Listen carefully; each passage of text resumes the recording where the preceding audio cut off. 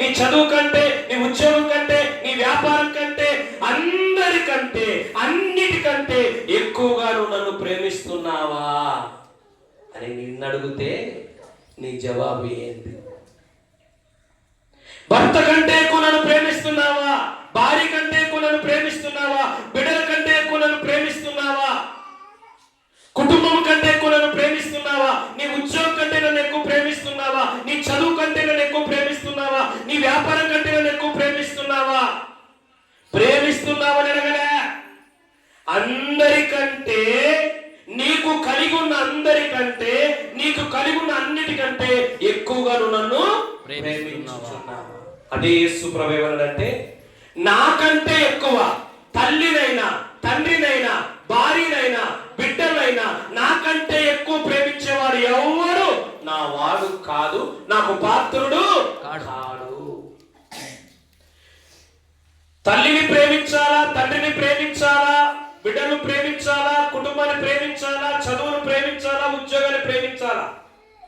ప్రేమించొద్దని యేసు చెప్పలే. ఈ మధ్య కాలంలో కరుణాకర్ గారు అని ఒకడు చెప్పలే, అందరినీ ప్రేమించు కానీ అందరికంటే ఎక్కువ నన్ను ప్రేమించు.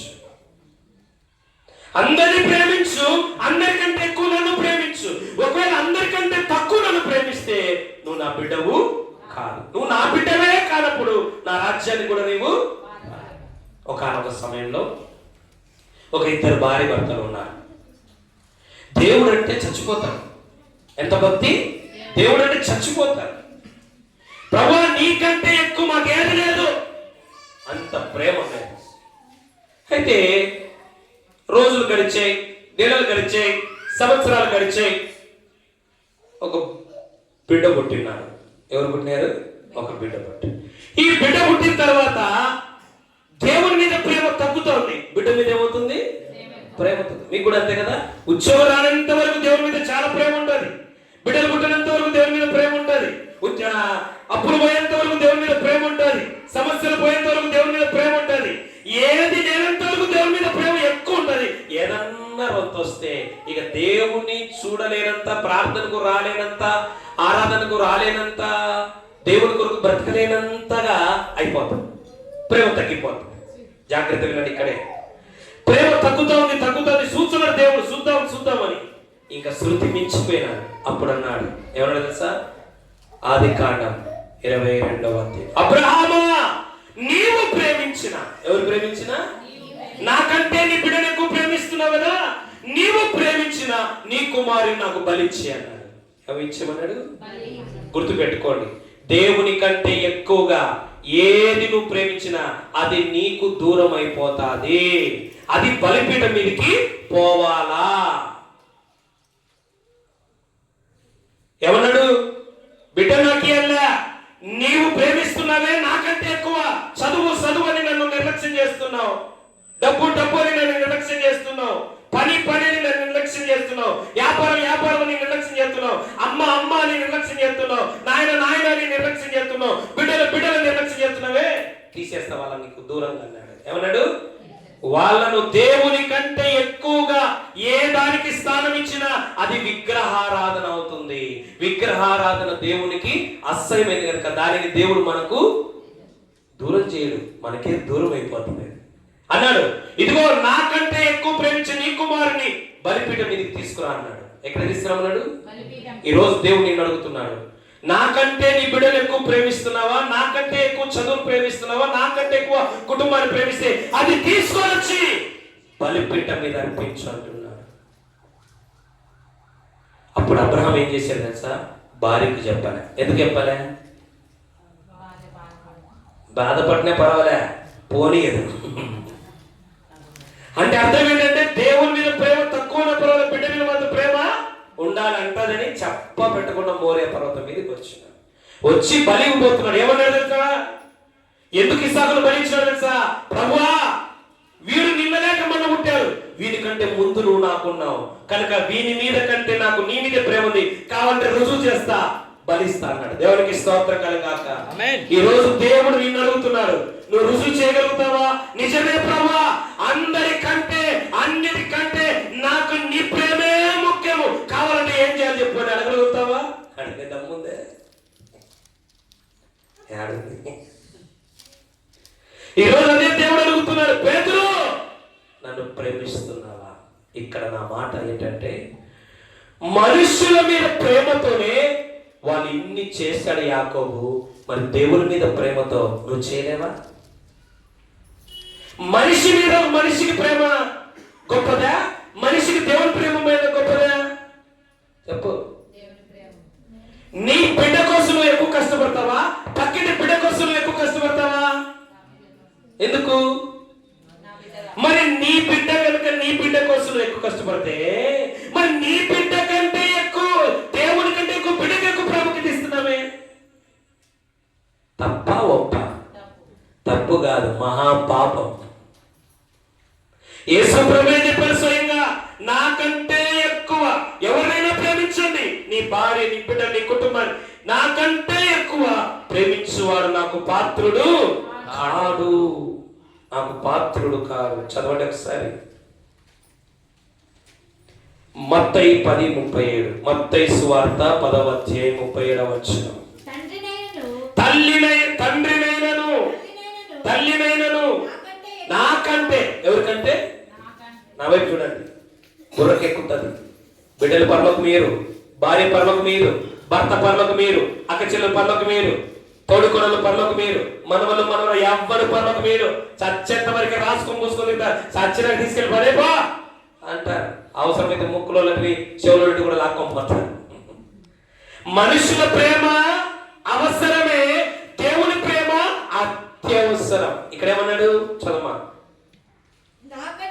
ఎవరికంటే? ఎవరికంటే? నాకంటే. అక్కడేమన్నాడు? పేతురు దగ్గరికి వచ్చి వీరికంటే అన్నాడు. ఏమన్నాడు?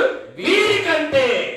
ఇక్కడ అంటున్నాడు నాకంటే. నీ భార్యను ప్రేమించు, నేను వద్దనులే. నీ బిడ్డలు ప్రేమించు, నేను వద్దనులే. నీ చదువులు ప్రేమించు, నేను వద్దనులే. కానీ నా స్థానం వాటికి వారికి ఇవ్వద్దు. ఒక మాట చెప్తా, నీ భర్త నీకు ఎక్కువ, నీ స్థానం వేరేకి స్త్రీకి ఇస్తే ఒప్పుకుంటావా? ఒప్పుకుంటామా? మన బిడ్డల కంటే వేరే బిడ్డలకు మనం ఎక్కువ స్థానం ఇస్తే మన బిడ్డలు ఒప్పుకుంటారా? ఏమా వాళ్ళు ఎక్కువ అయిపోయారు, నీకు మేము పుట్టావా వాళ్ళు పుట్టాం అంటారా? అన్నారా? మరి ఇప్పుడు దేవుడికి నీకు బుర్రకెక్కాల? ఇన్ని రోజుల నుంచి చర్చకు వస్తున్నావే, దేవుడి కంటే నీకు ఎక్కువ అయిపోయినవి అన్ని. అదే ఇప్పుడు పేతురు అడిగాడు, వీరికంటే. ఇక్కడ అంటున్నాడు వారికంటే నన్ను ఎక్కువ ప్రేమిస్తున్నావు. ఎస్, ప్రేమిస్తున్నావా? అయితే రుజువు చూపించారు. 5 విషయాలు చెప్తాను, జాగ్రత్తగా. మనుషుల మీద ప్రేమ నీకుంటే, ఇది చేయగలిగితే, నిజంగా నీకు దేవుని మీద ప్రేమ ఉంటే ఈ 5 పనులు నువ్వు చేయాలి. ఈ 5 పనులు నువ్వు చేయలేకపోతే అసలు దేవుని మీద ప్రేమ కోటంత కూడా నీకు లేదని. పనులకు లేదు నీకు. నువ్వు చర్చికి రావచ్చు, బల్ల తీసుకోవచ్చు, కానుకలు ఇవ్వచ్చు, కానీ పరలోకం లేదు. ఎందుకంటే దేవుని, మొదటి యోహాను పత్రిక, ప్రేమ లేనివాడు దేవుని సంబంధి కాదు. పాస్టర్మ నేను ఎక్కువ ప్రేమిస్తా, నా 3 బిడ్డలు కూడా ఇంకెక్కువ ప్రేమిస్తా, కానీ దేవుని తర్వాతే. ఇప్పుడు పాస్టర్మ వచ్చి అందరి ముందర దేవుడు కావాలా, నేను కావాలా అంటే ఏం చెప్తాను తెలుసా?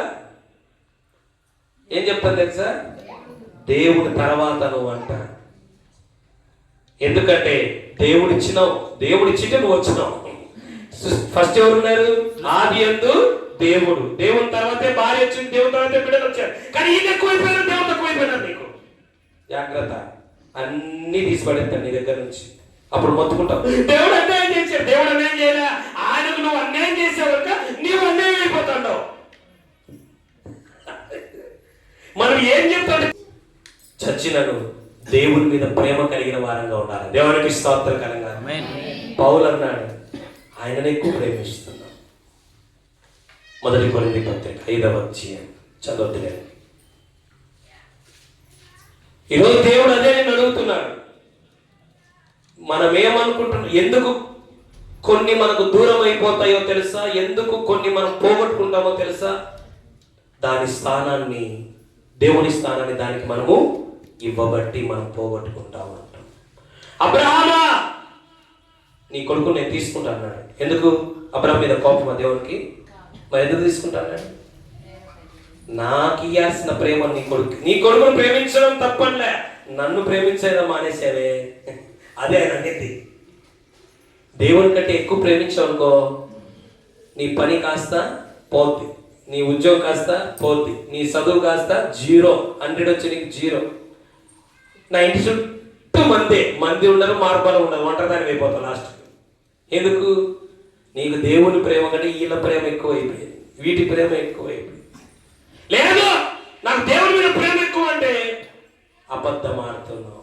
పాట పాడతామేమని, ప్రేమ నన్ను ప్రేమిస్తున్నావా? ఎన్నిసార్లు అడిగాడు? 3 సార్లు. ఎందుకు 3 సార్లు అడిగాడు తెలుసా? కన్ఫర్మ్ చేసుకో.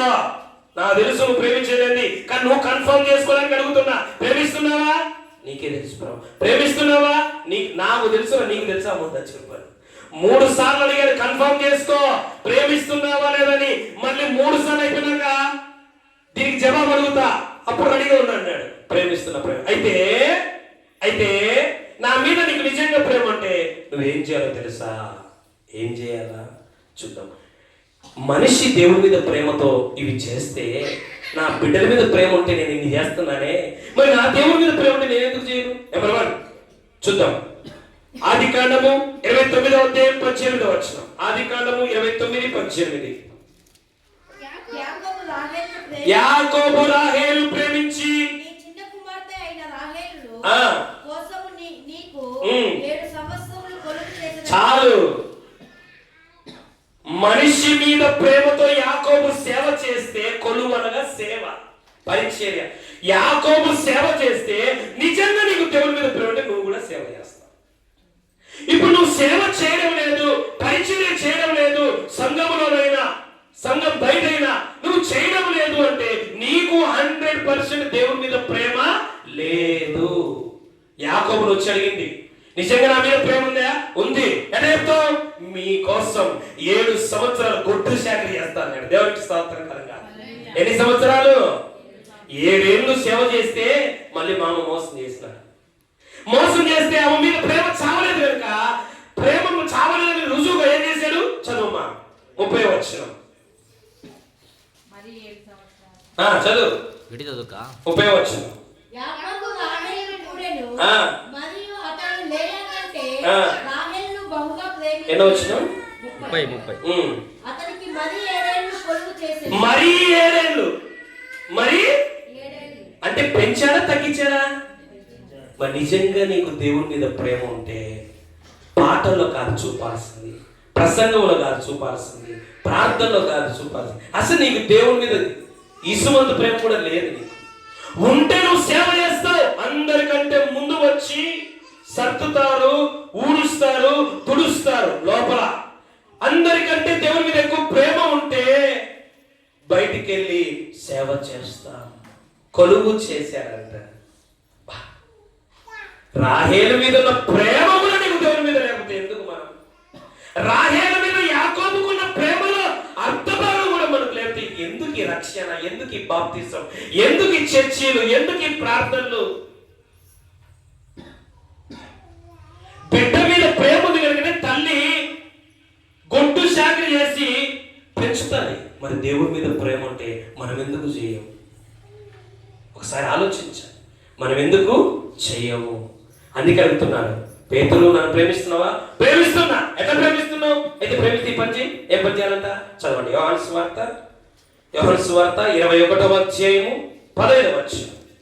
21:15. వారు భోజనం చేసిన తరువాత యేసు సీమోనును పేతురును, యోహాను కుమారుడైన సీమోను, వీరికంటే నీవు నన్ను ఎక్కువ వీరందరికంటే అన్నిటికంటే ప్రేమ ఉంది, నాకు ప్రేమ ఉంది, నాకు ప్రేమ ఉంది అందరికి చెప్తున్నావే.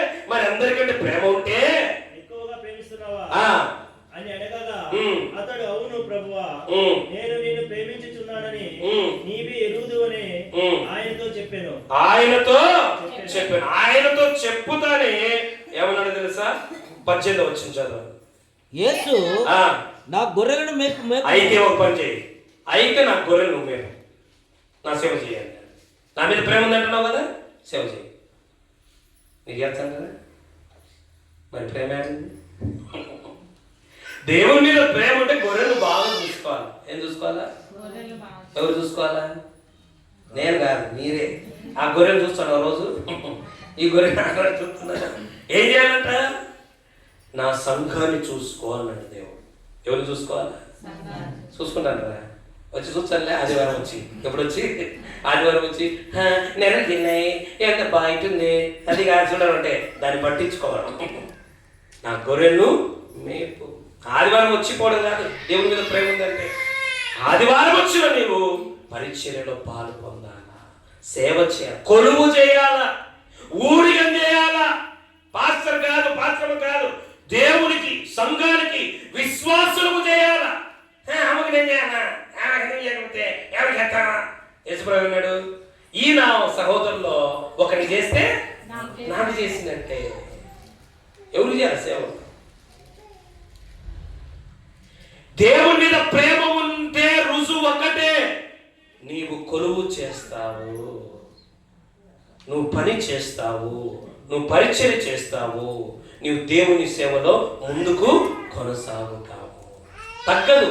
7 ఏళ్ళు చేసి నాకు బరువు అయిపోయింది అనుకోలే, 7 ఏళ్ళు చేసి ఏమో మచ్చుగా చేసినావులే అనలే. ఇంకా ఎన్ని చేశాడట? 7 ఏళ్ళు చేయాలి. 2001లో మొదలైన ఈ పరిచర్య 2025లో తగ్గలే, పెరుగుతానే, పెంచుతానే ఉండాలి. వయసు పెరిగినట్టుగానే పరిచర్య కూడా ఏం చేసుకోవాలి? మనము పెరగాలి. అందుకే ఈరోజు క్రైస్తవులకు దేవుని మీద ప్రేమ కేవలం పాటల్లో, ప్రసంగంలో, ప్రార్థనలో, కానుకలలో, ప్రజెంటేషన్లో, అదే చర్చికి రావడంలోనే ఉంది తప్ప పరిచర్య చేసే స్థాయికి ఇంకా. ఏమో పరిచర్య అంటే ఏం చెప్తాం? నేను ఆడదాన్ని కదా, ఇంకా నాకు మాట్లాడదా కదా, ఇంకా నేను చిన్నదాన్ని కదా, పిచ్చి మాలకమా, నువ్వు బైబిల్ చదవలేదని అర్థం.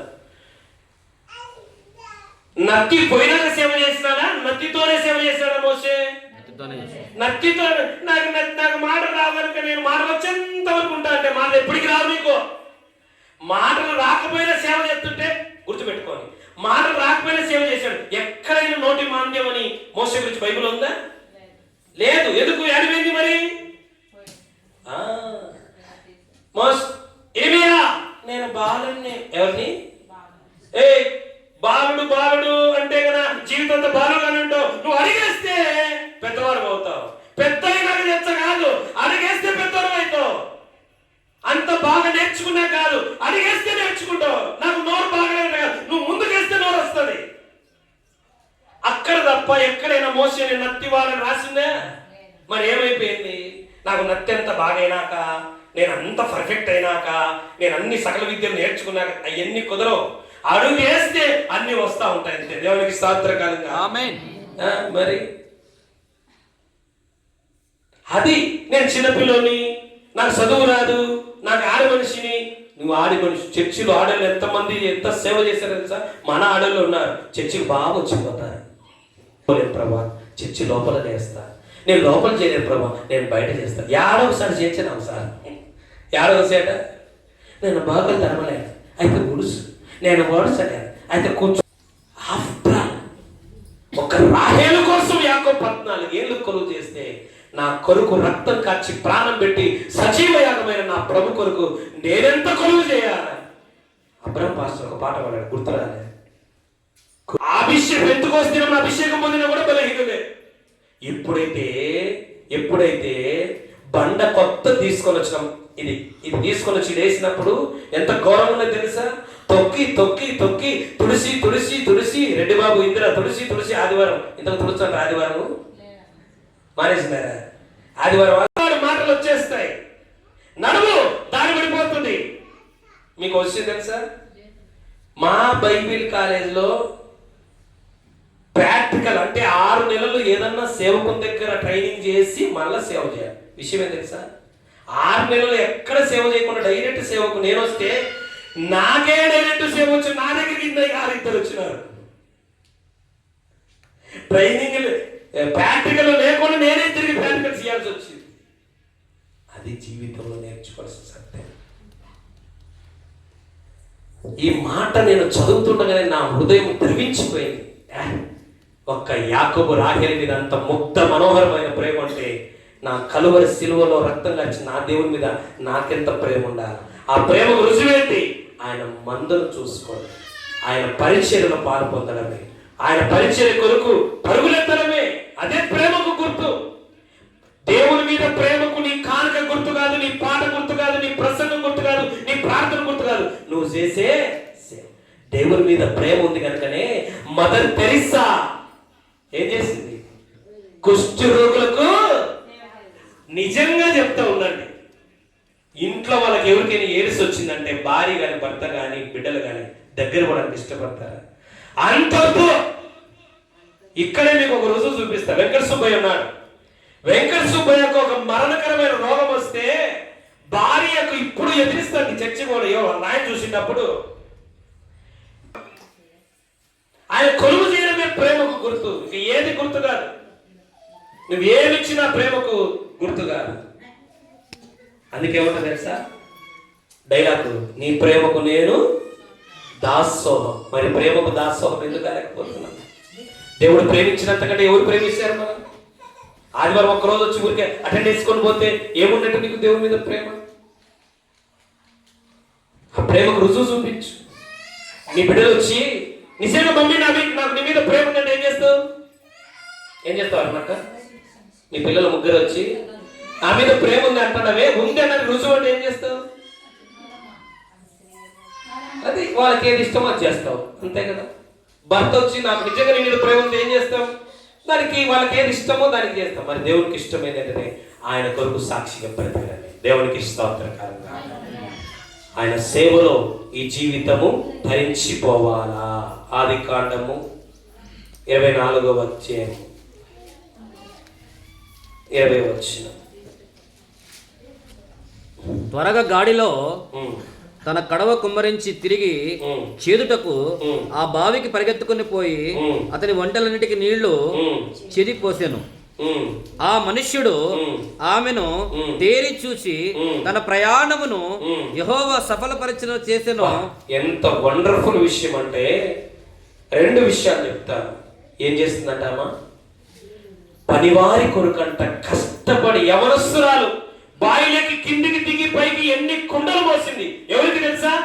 వాళ్ళకు, ఒంటెలకు. ఎంత సేవ. అందుకే ఇస్సాకుకు రిబ్కా మీద అంత ప్రేమ ఎందుకో తెలుసా? పరిచర్య చేసే గొప్ప గుణము కలిగింది రిబ్కా. రిబ్కా అంటే ఎవరు? పెళ్లి కుమార్తె. పెళ్లి కుమార్తె అంటే ఎవరు? సంఘం. మరి ఇస్సాకు అంటే క్రీస్తు. మరి క్రీస్తు మీద నిజంగా మనకు ప్రేమ ఉంటే క్రీస్తుతో సంబంధించిన వారికి మనం ఏం చేయాలా? పరిచర్య చేసే అనుభవంలోకి మనందరము కూడా దిగి రావాలి. ఏం చేయగలుగుతాం? ప్రభు మన మీద చూపిన ప్రేమకు ప్రతిగా, ప్రభు మన మీద చూపిన ప్రేమ కోసం. ఇంకో మాట 29వ అధ్యాయం 20వ వచనం. ఆదికాండం 29:20. యాకోబు రాహేలు కోసం 7 సంవత్సరములు కొలువు చేసెను. అయినను అతడు ఆమెను ప్రేమించుట వలన. అబ్బా, ఈ మాట నాకైతే అసలు నాకు మైండ్ పనిచేయలే. యాకోబు ఆమె కోసము 7 సంవత్సరాలు కొలువు చేసెను. అయితే ఆమె మీద ఉన్న ప్రేమ పిచ్చి వలన అసలు 7 రోజులే ఎన్నట్టుందంట. ఎన్ని రోజులు? ఈ రోజు దేవుని సేవలో ఎట్లుండాలో తెలుసా? 7 ఏళ్ళు పని చేస్తే 7 ఏళ్ళు అసలు నాకు ఎట్లా కన్ను మూసేటప్పుడు వెళ్ళిపోయాయంట. ఎందుకు? ఆ మీద ఉన్న పిచ్చి ప్రేమ. ఈ రోజు నిజంగా దేవుని మీద ప్రేమ ఉంటే కష్టంగా నేనే కష్టపడాలా, నేనే ఇవ్వాలా, నేనే రావాలా, నేనే చేయాలా, నేనే ఉండాలా అని మనం అనము. ఎందుకంటే దేవుని మీద ఉన్న పిచ్చి ప్రేమతో అసలు మనం కష్టంగా అనిపించదు దేవుని సేవ. ఎందుకంటే ఆయన మీద మనకున్న పిచ్చి ప్రేమ. ఏం మాట అసలు ఆ మాటలు! మీరందరూ వినడానికి అలవాటు పడ్డారు కానీ ఎవరొకరు అందించారమ్మా. మీరంతా మనంతా వినడానికి ఇష్టపడ్డాం కానీ అది బుర్రకెక్కించుకోవడం లే. ఏ తలైనా చిన్న బిడ్డను సాకి పెద్ద చేస్తే కష్టం అనిపించదు. యోహాను సువార్తలో ఏమన్నా తెలుసా? ఒక తల్లి ప్రసవం మీద పడిన తర్వాత బిడ్డ పుట్టిన తర్వాత ఆ బిడ్డ ఆ నొప్పినంత ఏమవుతుందట? మరిచిపోయి సంతోషిస్తుందంట. ఎంత గొప్ప విషయం!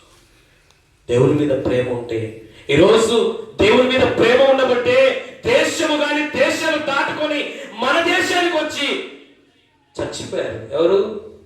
మిషనరీలు అందరూ. ఎందుకు? దేవుని మీద ప్రేమ. ఎంత సేవ చేశారు! ఎన్ని భాష రాదు, భాష నేర్చుకున్నారు.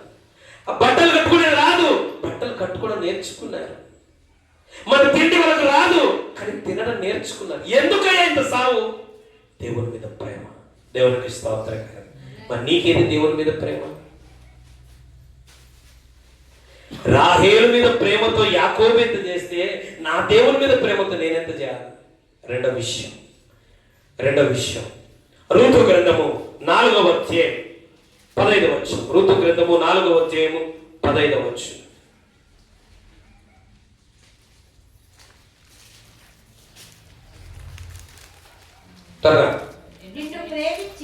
నిన్ను ప్రేమించి 7 కుమారుల కంటే నీకు ఎక్కువగా ఉన్న నీ కోడలు తని కనెను. చాలు, నా వైపు చూడండి. ఒక ఆమె వచ్చి చెప్తా ఉంది, నయోమి నీకు 7 కొడుకులు ఉన్నా కూడా వేస్టే. 7 కోడల కంటే కొడుకుల కంటే నీ కోడలే మేలు. ఎందుకో తెలుసా?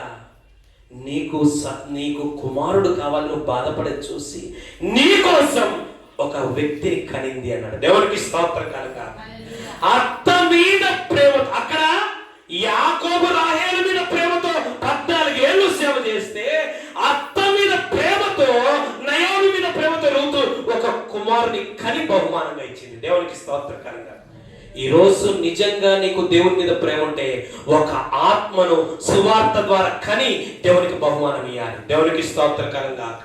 నువ్వు దేవునికి ఇచ్చే 1,00,00,000 రూపాయలు కూడా ఆయన 1,00,00,000కి సమానం కాదు. కానీ ఒక్క ఆత్మను నువ్వు సువార్త చెప్పి, సాక్ష్యం చెప్పి, ఏదో ఒకటి చేసి ఒక ఆత్మను దేవునికి నువ్వు ఇచ్చావే కానుకగా, అది నిజమైన కానుక. కొట్టగలిగే చెప్పట్లు. నువ్వు 1,00,00,000 ఇచ్చిన సమానం కాదు. నువ్విచ్చే ఒక ఆత్మనే దేవునికి గొప్ప కానుక. నువ్విచ్చే ఒక ఆత్మనే గొప్ప బహుమానం. ఇన్నేళ్ళై దేవుని నమ్మి ఇంత పొడుగు చెప్తాం. ఏమా దేవుని నమ్మకం నేనా?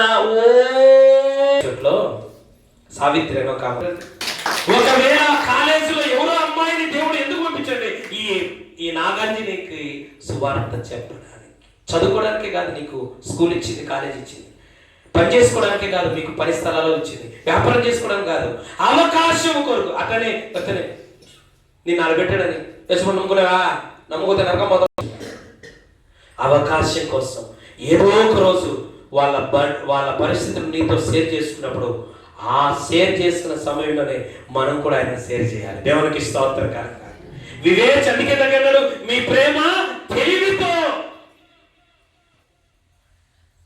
జాగ్రత్త వినండి. ఇన్ని రోజులుగా ఒక్క బిడ్డనైన దేవునికి ఇచ్చావా కానుకగా? ఒక్క ఆత్మనైన కానుకగా ఇచ్చావా? ఇంకెందుకు మనకి ఇన్ని ఏళ్ళ మన భక్తి, మన క్రైస్తవం వల్ల మనకు తృప్తి కానీ దేవునికి తృప్తి. అందుకే చాలా మంది తల్లిదండ్రులు ఏమంటారు, బిడ్డలు ఉన్నారు కానీ ఏం లాభం అంటారు లేదా? ఇప్పుడు దేవుడు కూడా నిన్ను అంటారు, ఏం లాభం చర్చకొచ్చారు కానీ ఒక్క ఆత్మను కూడా నా కోసం కనలే, నా కోసం తీసుకురాలి. నీకు విషయం చెప్తే వినండి.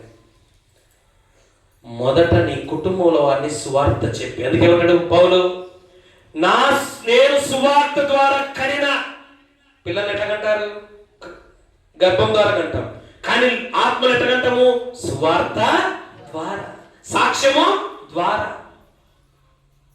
ఈరోజు ఒక మాట చెప్తాను, నీ ఊర్లో వాళ్ళు ఎవరైనా చచ్చిపోయి నరకం పోతే, నీ ఇంట్లో వాళ్ళు ఎవరైనా చచ్చిపోయి నరకం పోతే, నీ ఇంట్లో వాళ్ళు దేవుని నమ్ముకోకుండా రక్షణ పొందుకోకుండా చచ్చిపోయి నరకం పోతే, నీ ఊర్లో వాళ్ళు, నీ వీధిలో వాళ్ళు, నీ కాలేజీలో వాళ్ళు, నీ ఉద్యోగంలో వాళ్ళు, నీ ఆఫీసులో వాళ్ళు, నీ దగ్గర నువ్వు పనిచేసే దగ్గర వాళ్ళు చచ్చిపోయి నరకం పోతే దేవుడు ఎవరిని అడుగుతాడో తెలుసా? ఎవరిని అడుగుతాడు?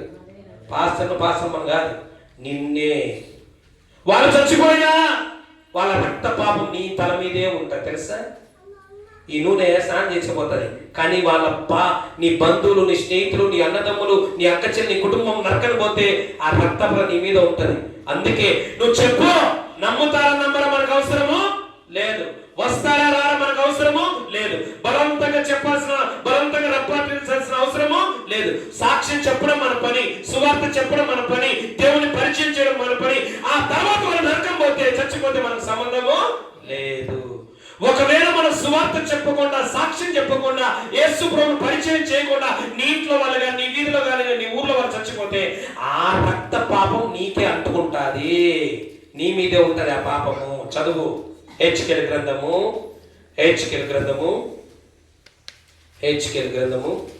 3వ అధ్యాయము. ఇప్పుడు ఎంత పాపం ఉందో నీ తల మీద చూసుకోవాలి. ఎన్ని ఏళ్ళ నుంచి ఆ పాపం ఉంది మన మీద. ఆవశ్యముగా నీవు మొదలు పొందుము. ఆ నేను దుర్మార్గమును గూర్చి ఆజ్ఞ ఇయ్యగా, నేను ఏదో వాళ్ళు పాపులు నశించిపోతున్నారు, వాళ్ళకు వెళ్ళి సాక్ష్యం చెప్పు, సువార్త చెప్పండి నేను ఆజ్ఞనీయగా, నీవు అతనిని హెచ్చరిక చెయ్యక, అతనికి నువ్వు హెచ్చరిక జరుగుతానైనా, దేవుని నమ్ముకోనైనా, దేవుని మార్గంలోకి రానైనా, చర్చికి రానైనా, నీ ఇంట్లో వాళ్ళగా, నీ వీధిలో వాళ్ళకి, నీ బంధువులకు నువ్వు చెప్పకపోయినా ఎడలా అతడు జీవించినట్లు ఆ. తన దుర్మార్గమును విడిచిపెట్టవలెనని ఆ. వారిని హెచ్చరిక చెయ్యకయు, నువ్వు చెప్పకపోతే, నువ్వు సాక్ష్యం చెప్పకపోతే, నువ్వు సువార్త ప్రకటించకపోతే, నువ్వు వాళ్ళకు ప్రభువును పరిచయం చేయకపోతే, ఆ దుర్మార్గుడు తాను చేసిన దోషమును బట్టి, వాళ్ళు చేసిన పాపాన్ని బట్టి మరణమును గాని, వాడు నరకం పోతాడు గాని అతని రక్తమును అతని పాపం, ఆ రక్తాపరాధం, ఆ అపరాధము ఉత్తరవాదిగా ఎంచుకొని, నీ మీద ఉంటాది. తెలుసా? ఇప్పుడు మీ ఊర్లో వాళ్ళు ఎంతమంది చచ్చిపోయి వాళ్ళంత పాపం నీ మీదే ఉంటుంది. అందుకే అవకాశం చూసుకొని, ఏదో ఒక సందు చూసుకొని వారికి సాక్ష్యం చెప్పు, సువార్త చెప్పు, 1-2 సార్లు చెప్పు. నాకేం చెప్తాను అంటే వదిలే అంతే. నేనేమంత బలవంతం అవసరం, బాగుపోరా అని చెప్తాను, మా వద్దు అని వద్దు మాట అంత అవసరం. కానీ ఒకటి, ఆ రక్తం నీ మీదికి రాకుండా చూసుకో, ఆ పాపం నీ మీదికి రాసుకోకుండా చూసుకో. దేవుని మీద ప్రేమ ఉంటే నీవు ఆత్మను కనాలా.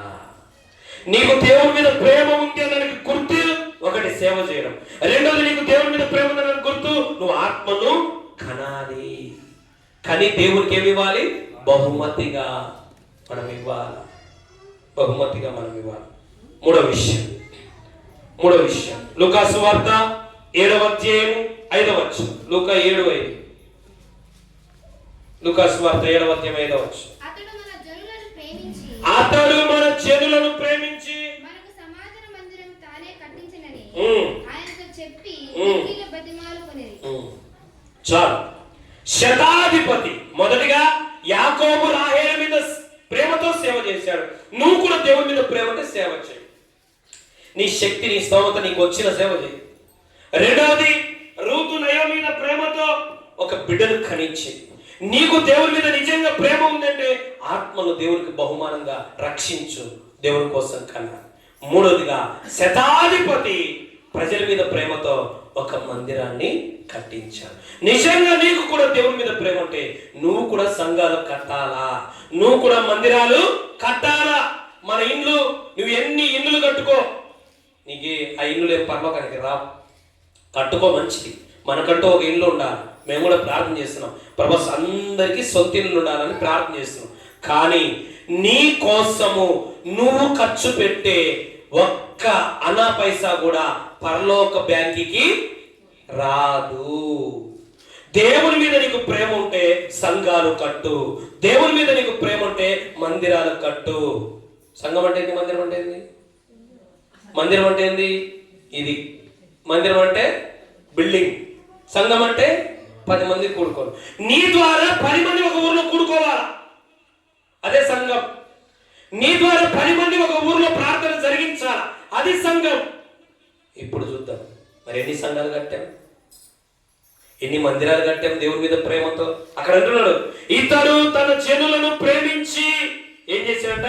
ఒక మందిరాన్ని కట్టించాడంట. ఎంత గొప్ప మాట చూడండి, ఎంత గొప్ప మాట. ఈరోజు దేవుని మీద నీకు ప్రేమ ఉంటే సంఘాలు కట్టాలను, నీ ద్వారా సంఘాలు కట్టబడాలి, నీ ద్వారా మందిరాలు కట్టబడాలి. అదే పరలోక లెక్కలేకి వచ్చాయి. నువ్వు ఎన్ని చేసిన ఈ లోకంలో పరలోక లెక్కలేక అవి రావు. దేవుని కొరకు నువ్వు కట్టే మందిరాలే, దేవుని కొరకు నువ్వు కట్టే సంఘాలే దేవుని లెక్కలేకి వస్తాయి. అందుకే దావీదు ఏమంటాడో తెలుసా? నేను మందిరం కట్టాలనుకుంటున్నాను. ఆ మందిరం కోసము ధూలములు, బంగారు, వెండి అన్ని సమకూర్చాడు. దేవుడు అన్నాడు, నువ్వు వద్దులేనైనా, నీ ద్వారా నీ కుమారుడు కట్టాల, నీ ద్వారా నీ ఎట్లా నేను కట్టలేదు కనుక ఇవన్నీ నేను ఇంటికి వాడుకుంటా అన్నాడా? ఏమన్నాడు? కుమారునికి ఇచ్చి నా వంతు నేను కష్టపడి ఇది ఇచ్చా, ఇంక మిగతా నువ్వే సమకూర్చుకొని దేవుని మహిమ కొరకు. సువర్ణ దేవాలయం. ఏ దేవాలయము? ఏం అద్భుతం చూడండి. ఈరోజు మన కోసం, ఈరోజు మనకి చెప్పంటారా, ఇప్పుడు బీజేపీ కన్ను ముస్లిం మీద అయిపోయి ఇప్పుడు క్రిస్టియన్ మీద సంఘాలు కట్టారు. ఈరోజు ఆ ఆస్తులు అనుభవిస్తూ ఆడే కూర్చున్నారు తప్ప వాళ్ళు మందిరాలు కట్టడం లేదు, వాళ్ళ సంఘాలు కట్టడం లేదు. ఎంత ఘోరమైన మాట. ఎవడు అన్నిటి కూడా ఆక్రమించుకొని తినేస్తున్నారు.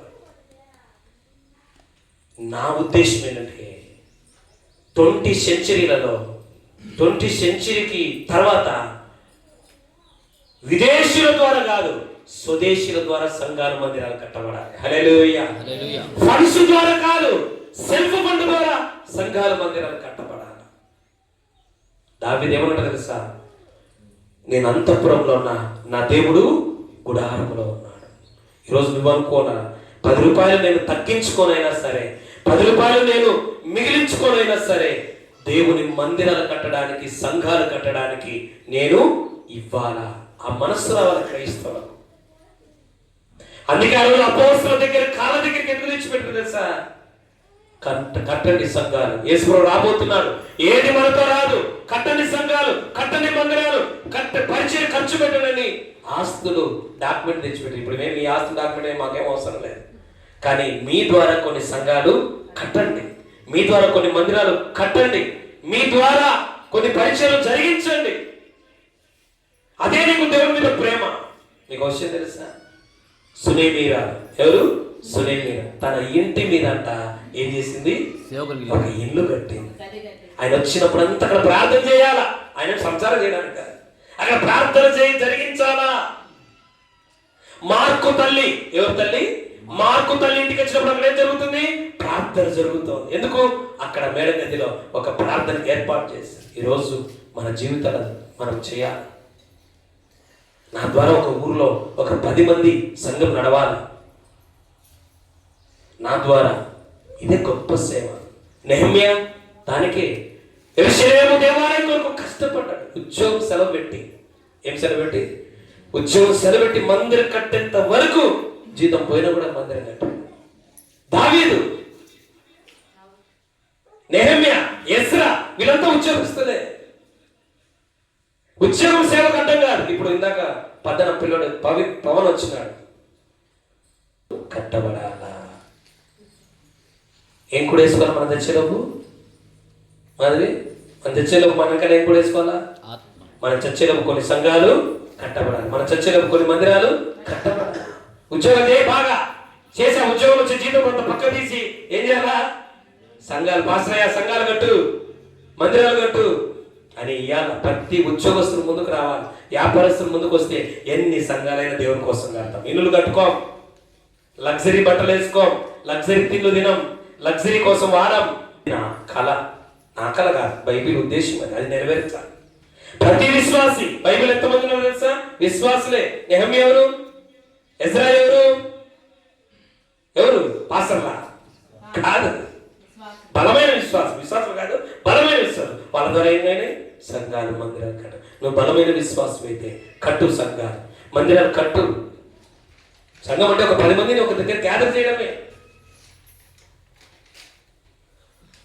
4వ విషయం ఎఫెసీ పత్రిక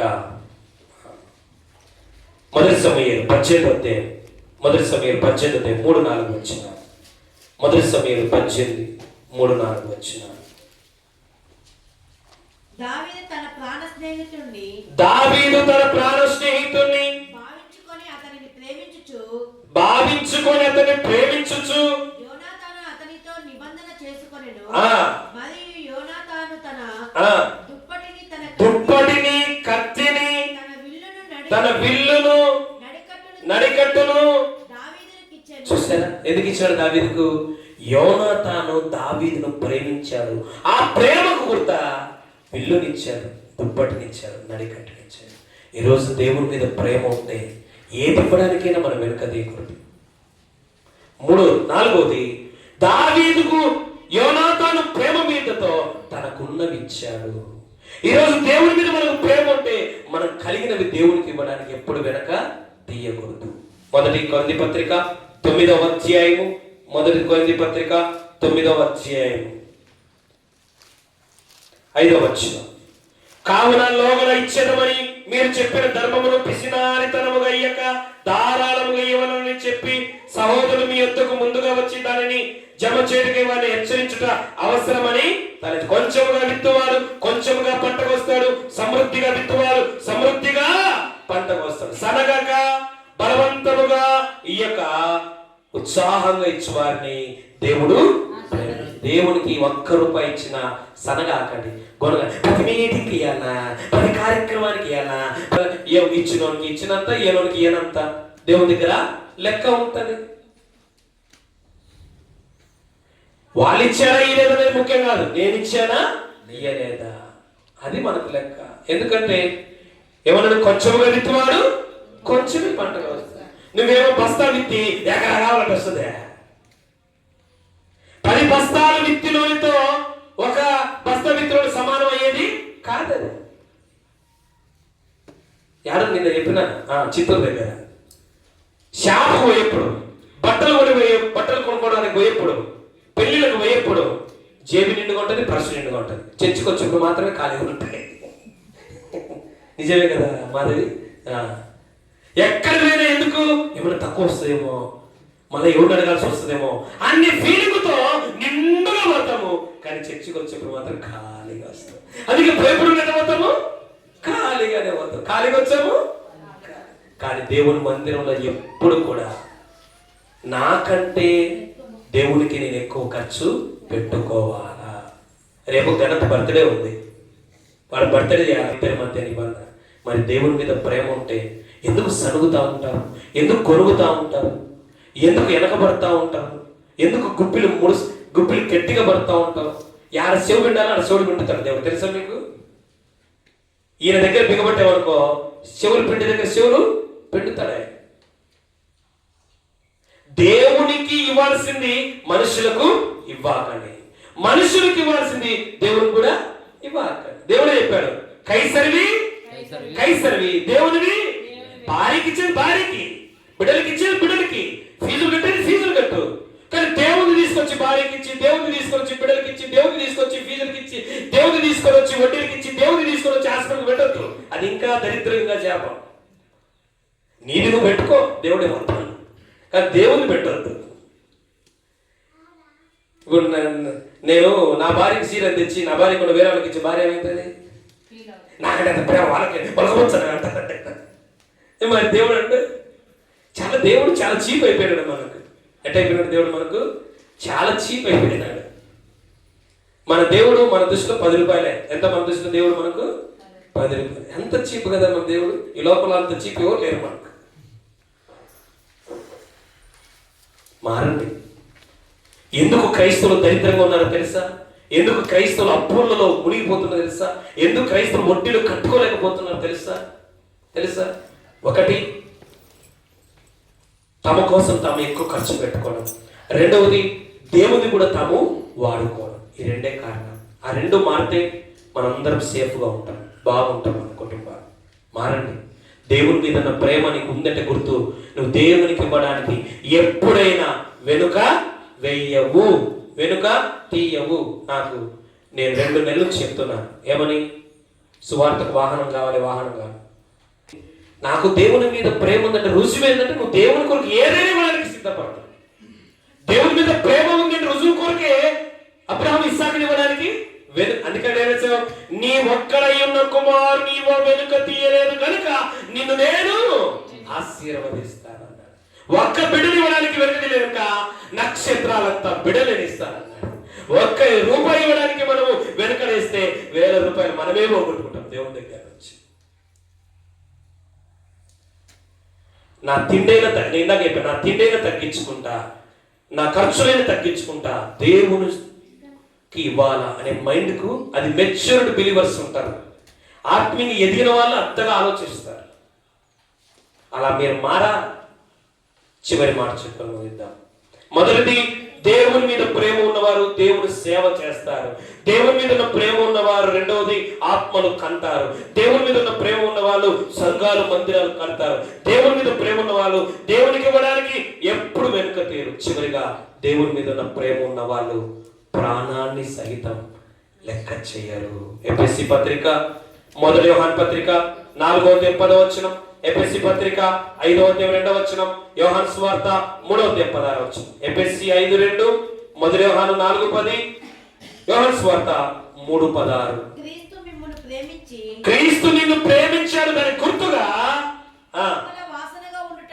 పరిమళ వాసనగా తను తాను అర్పణగా బలిగా మన కొరకు అర్పించుకున్నాడు. నా మైండ్ చూడండి, దేవుని మీద ప్రేమ ఉంటే బ్రతుకుట క్రీస్తే చావైనా, చెప్పండి, బ్రతుకుట క్రీస్తే చావైనా.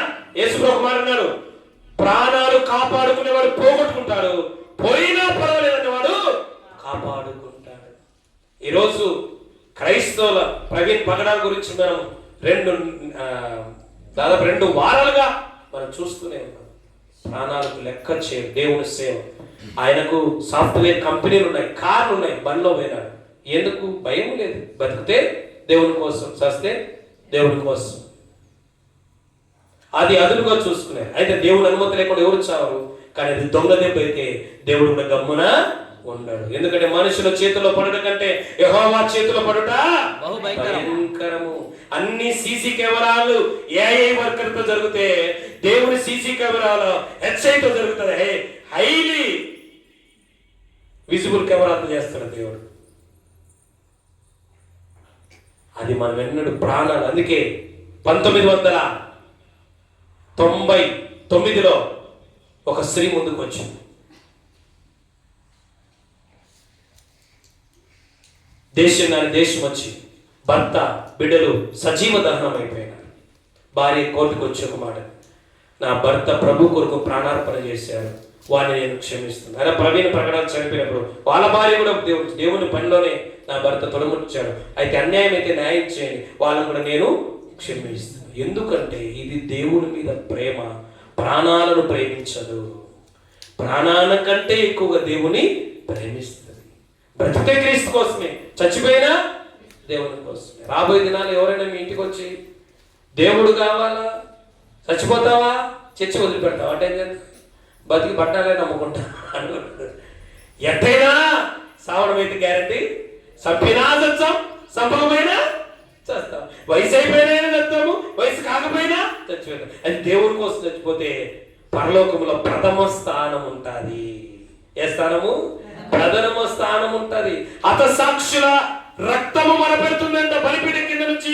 నాదా, ఎంత కాలమునైనా మమ్మల్ని చంపినలకు తీర్పు తీర్చవా, టైం ఉంది, వెయిట్ అంటున్నాడు దేవుడు. మనలాగా ఉద్రేకం ఉండదు దేవునికి. ఆయన అన్ని సమయానుకూలంగా జరిగిస్తా పోతా ఉంటాడు.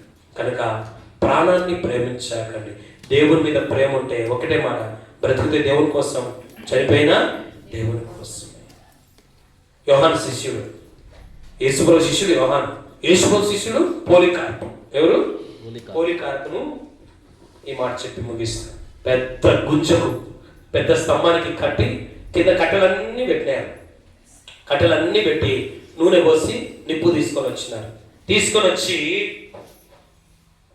ఇప్పుడైనా చెప్పు, యేసు ప్రభువును నేను ప్రేమించను, యేసు ప్రభువు నాకు వద్దు, నేను ఆయన విడిచిపెడతాను చెప్తే నేను బతికిస్తాను, లేదంటే కాల్ చేస్తామన్నాడు. ఏమంటే తెలుసా? యోహాను పేరే ప్రేమ అపోస్తుడు, యోహాను శిష్యుడు పోలికార్పు. ఏమన్నా తెలుసా? ఇంత కాలము నన్ను ప్రేమించి నా కొరకు ప్రాణం పెట్టి చనిపోయి తిరిగి లేచి ఆత్మరక్షణ ఇచ్చిన ఆయనకు నేను ద్రోహం చేయలేను.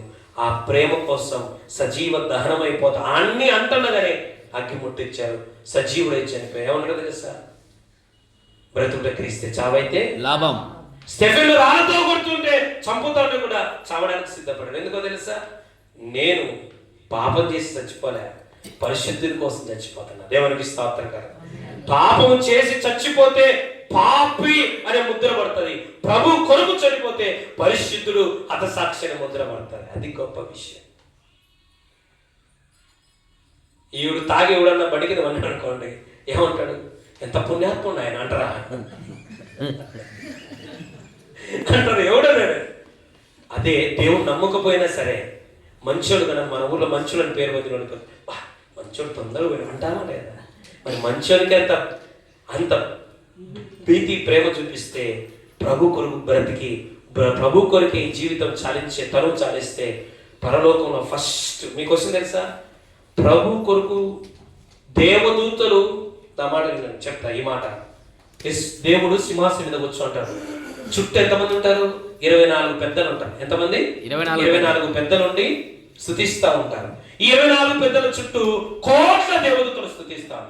ఈయన కూర్చుంటారు. వాళ్ళందరూ ఏం చేసి ఉంటారు? వాళ్ళందరూ ఎట్లుంటారు? నిలబడి ఉంటారు. 24 పెద్దలు కూడా ఏం చేస్తారు తెలుసా? కూర్చున్న వాళ్ళు లేచి కిరీటాలు పడేసి ఆయనకు సాష్టాంగ పడతా ఉంటారు. వీళ్ళు సాష్టాంగ పడుతుంటారు, వాళ్ళు నిలబడి స్తుతిస్తూ ఉంటారు. ఈయన మాత్రం ఏమంటాడు? కూర్చుంటాడు. కానీ ఒక విషయం చెప్పమంటారు, దేవుడు దేవదూతలు వచ్చినా లేరు, కెరాబులు శరాబులు వచ్చినా లేరు, 24 పెద్దలు వచ్చినా లేరు. ఎప్పుడు లేస్తారు తెలుసా? సింహాసనం నుంచి దేవుని కొరకు చచ్చిపోతున్న స్టెఫెను చచ్చిపోతుంటే లేచి నిలబడి ఆయనను ఆహ్వానించారు. చప్పటపట్టి హల్లెలూయా. దేవుని కొరకు ప్రాణం పెట్టే వాళ్ళకు మాత్రమే ఆయన గౌరవంగా లేచి ఏం చేస్తారు? ఆహ్వానిస్తారు. అది గొప్ప చావు. ఏమంటారు చాలా మంది? ఏ రోగం లేకుండా, ఏ నొప్పి లేకుండా, ఏ బాధ లేకుండా చచ్చిపోతే అది మంచి చావు అంటారు. నేను ఒక విషయం చెప్పమంటున్నా, దేవుని కోసం, సువార్త కోసం, పరిచయం కోసం పోతే ప్రాణం పోయింది అనుకుంటారే, అది గొప్ప చావు. దేవునికి స్తోత్రం కలుగును. అలా మిషనరీలు చచ్చిపోయే ఈ రోజు క్రైస్తవ్యాన్ని బ్రతికించారు. మనం ఎవరము చావాలని దేవుడు కోరుకోడు.